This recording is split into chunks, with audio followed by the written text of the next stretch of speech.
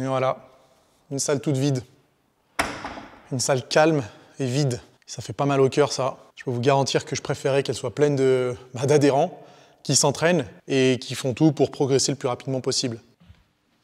Et ouais, deuxième fermeture de l'année 2020. Si c'est pas la poisse ça, c'est clair que c'est pas la meilleure année pour pratiquer la musculation. Et franchement, moi ça me déprime, mais ça me déprime tellement. Et je pense que vous êtes dans le même cas de figure. Alors vraiment, le titre de cette vidéo, c'est pas une blague, hein, il est plutôt sérieux. Est-ce que c'est le bon moment pour choisir un autre sport? Après, vous allez me dire que actuellement pour les autres sports, c'est un petit peu la même chose, hein. Vous pouvez pas forcément les pratiquer. Mais la muscu, c'est quand même une pratique qui est un petit peu spéciale, un petit peu à part entière, hein, qui s'éloigne un petit peu des autres sports parce que la musculation, c'est un petit peu un mode de vie. J'aime pas cette expression, hein, parce que c'est très cliché, la muscu c'est pas un sport, c'est un mode de vie, mais c'est un petit peu vrai, parce qu'il y a tellement de choses en dehors de l'entraînement qui peuvent vous permettre de progresser ou au contraire de régresser, qu'à partir de là, on peut clairement traiter la muscu différemment des autres sports. Je vais vous expliquer pourquoi la situation elle me déprime. Parce que déjà, je vous l'ai dit il y a un mois, hein, quand on parlait de la fermeture des salles de sport qui étaient clairement abusives, et qui pour moi l'est encore, hein, c'est incohérent, mais bon, on va pas revenir sur le sujet. La situation elle me déprime parce que j'ai les trois casquettes, celle de pratiquant de musculation, j'en fais depuis 14 ans, celle de coach sportif, je suis coach depuis 10 ans, et celle de patron de salle. Donc excusez-moi l'expression, mais ça me fait triplement chier. Et la muscu, je suis sûr que c'est votre cas aussi, ou en tout cas la plupart des personnes qui suivent ma chaîne YouTube le savent, je suis pas intéressé par la remise en forme, même si bon, je fais aussi du sport pour être en bonne santé. Ce qui m'intéresse, c'est avoir des gros muscles. On peut dire ce qu'on veut par rapport à la futilité de cet objectif, mais c'est mon objectif. Et c'est peut-être aussi le vôtre, transformer son physique pour avoir une silhouette qui vous plaît. Et de toute façon, personne n'a le droit de dire si c'est bien ou pas bien, à partir du moment où c'est votre objectif. Et c'est ce qui vous fait kiffer, fin d'histoire. Sauf que sans salle de sport, on construit pas de muscles. C'est aussi simple que ça. Vous aurez beau me dire, ouais, mais vous pouvez faire des circuits au poids du corps, vous pouvez investir dans un kettlebell ou une paire d'haltères. Non,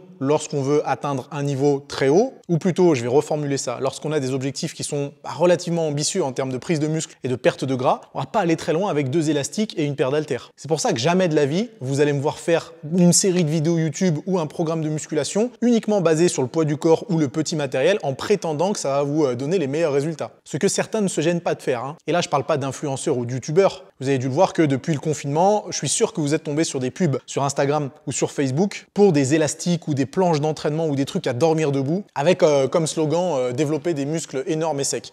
La grosse blague. Donc non, on ne construit pas de grosses quantités de muscles en s'entraînant à la maison. Alors après, je vais quand même nuancer mes propos. On peut construire une bonne quantité de muscles à la maison, mais c'est tellement casse-tête de trouver des variantes de certains exercices qu'on aurait l'habitude de faire en salle de musculation que pour moi, ça vaut même pas le coup. Peut-être que vous avez une pensée différente, mais en tout cas, moi, c'est clair et net que si demain, je pouvais pas m'entraîner en musculation, j'irais pas faire des galipettes dans mon salon entre deux chaises pour espérer stimuler un petit peu mes pectoraux. Après, on a ceux qui ont pris la décision d'investir dans un peu plus de matériel, et ça pose un autre problème, c'est que tout le monde n'a pas la place d'investir dans du matériel et de le mettre dans son appartement. Moi, je vis dans le centre de Lyon, dans un appart qui fait à peine plus de 50 mètres carrés. Si demain, j'ai plus de salle de sport, imaginez pas que je vais installer une cage à squat dans mon salon, hein, clairement pas. Alors oui, j'aime la muscu, oui, je suis passionné, mais j'irai absolument pas jusque-là. Je préfère me mettre à la course à pied ou à la Zumba plutôt que de remplacer mon canapé par une cage à squat. Donc clairement, la situation est déprimante parce que pour beaucoup d'entre vous, les personnes qui sont très sérieuses avec leur objectif en musculation, vous êtes bloqués. Et peut-être que vous vous dites que je suis privilégié parce que j'ai ma propre salle de sport. Alors oui, effectivement, je peux faire en tant que pratiquant mes séances de musculation, mais je peux vous dire que c'est incroyablement déprimant de se dire ok, je vais faire ma séance de musculation, mais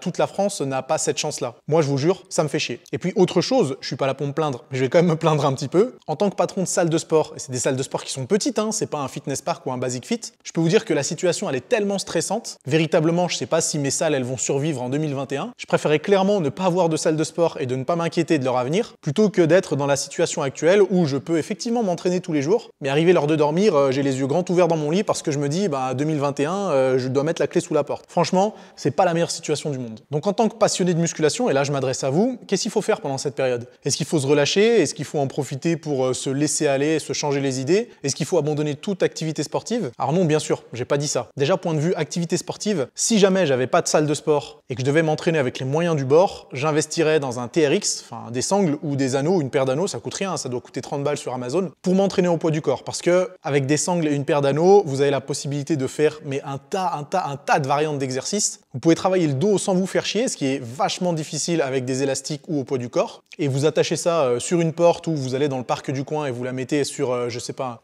une branche d'arbre ou une barre de traction. Et là, clairement, il y a moyen de faire de très bonnes séances d'entraînement, en tout cas pour conserver du muscle. Vous n'allez pas avoir les pecs d'Arnold Schwarzenegger avec ça, mais voilà, à situation exceptionnelle, mesure exceptionnelle. La deuxième chose que je vous conseille de faire, c'est investissez votre temps pour accumuler un maximum de connaissances qui vont vous permettre d'améliorer vos séances lorsque les salles de sport vont réouvrir. Vous voyez, dimanche dernier, j'ai publié une vidéo sur la différence entre le squat et le front squat, vidéo que j'ai pris beaucoup de plaisir à faire. Je me suis un peu fait chier pour le montage, j'ai fait quelque chose qui était dynamique et qui était agréable à voir, et ça a fonctionné dans le sens où le watch time, donc la durée de visionnage, si je peux utiliser cette expression, de cette vidéo, elle était largement supérieure à d'autres de mes vidéos. Donc lorsque vous avez cliqué sur cette vidéo, vous êtes resté pour la regarder en entier, et ça c'est plutôt cool, donc merci. Ceci dit, en termes de vues, la vidéo est bien en dessous de la majorité de la moyenne de mes autres vidéos. Et je peux le comprendre, c'est clair que quand on voit la situation actuelle, on n'a pas envie de cliquer sur une vidéo YouTube qui nous explique quelles sont les différences entre le squat et le front squat, alors qu'on ne peut pas faire de squat ou de front squat. Je sais à quel point c'est frustrant. Mais, et ça c'est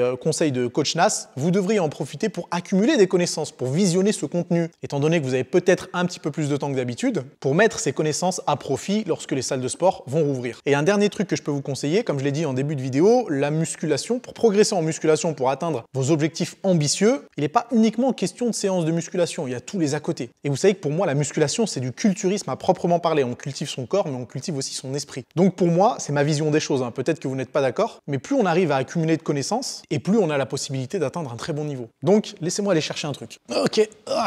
Cette période est quand même vachement propice à la lecture. Et ça, c'est une partie des livres que j'ai dans la bibliothèque de ma salle de sport. Je vous laisserai aussi les titres de ces livres dans la description si vous voulez y jeter un coup d'œil. Le premier que je vous recommande, forcément, Monsieur Schwarzy, son autobiographie qui est passionnante et qui, je pense, vous permettra de comprendre qu'il n'y a pas que la muscu dans la vie. Et même pour quelqu'un qui a marqué le bodybuilding, qui a atteint le plus haut niveau dans le bodybuilding puisqu'il a gagné 7 fois le titre de Mister Olympia. Ok, c'était une autre époque, mais bon, ça compte. Je trouve que son histoire, elle est quand même ultra inspirante parce qu'elle nous permet de mettre en perspective notre pratique de la muscu, surtout pendant cette période, et de réaliser qu'on peut avoir aussi plein d'autres objectifs et bosser dessus pour l'instant. Le deuxième, c'est celui-là. Bon, tous les prochains livres, ils sont en anglais, désolé, vous pouvez sûrement trouver des versions françaises. Et celui-là, il s'appelle The End of Overeating. Oui, j'ai un super accent anglais. Et ce livre, il est passionnant parce qu'il essaye d'identifier pourquoi, dans certains cas de figure, on a du mal à dire non à certains aliments qui sont très bons au goût. Donc, je vous le recommande à 200%. Le troisième, c'est celui-là, qui n'a pas grand-chose à voir avec la musculation à proprement parler, mais plutôt sur certains objectifs qu'on peut avoir et pourquoi on n'arrive pas à les accomplir. Pourquoi il y a cette petite force qui nous retient sous la couette quand on devrait aller s'entraîner, qui nous encourage à commander une pizza quand on devrait ne pas en manger, ou qui nous encourage tout simplement à procrastiner. Donc ça fera pas de vous un meilleur pratiquant en musculation, mais je pense que ça vous permettra carrément d'identifier certains obstacles. Le quatrième, c'est celui-là, gros classique. Pareil, il n'a pas grand-chose à voir avec la musculation, encore que, on pourrait y trouver un lien, mais le titre, il est assez évocateur, puisque ça veut dire commencer par le pourquoi. Pourquoi vous faites de la musculation, pourquoi vous avez envie d'avoir un joli corps, pourquoi vous avez envie de perdre du gras. Et je pense que de répondre à ces questions, ça peut vous aider à mieux appréhender votre pratique de la muscu ou de n'importe quel autre sport, ou même de votre boulot ou d'autres activités. Et je pense que s'il y a une période où on devrait se poser ce genre de questions, c'est sûrement maintenant. Et le dernier, c'est celui-là, c'est une réédition en fait, du Master Key System. C'est un peu spécial comme livre, C'est le genre de livre de développement personnel très américain, avec lesquels des fois en France on a un petit peu de mal. Mais si vous êtes curieux et que vous avez envie d'en apprendre un tout petit peu plus sur le succès,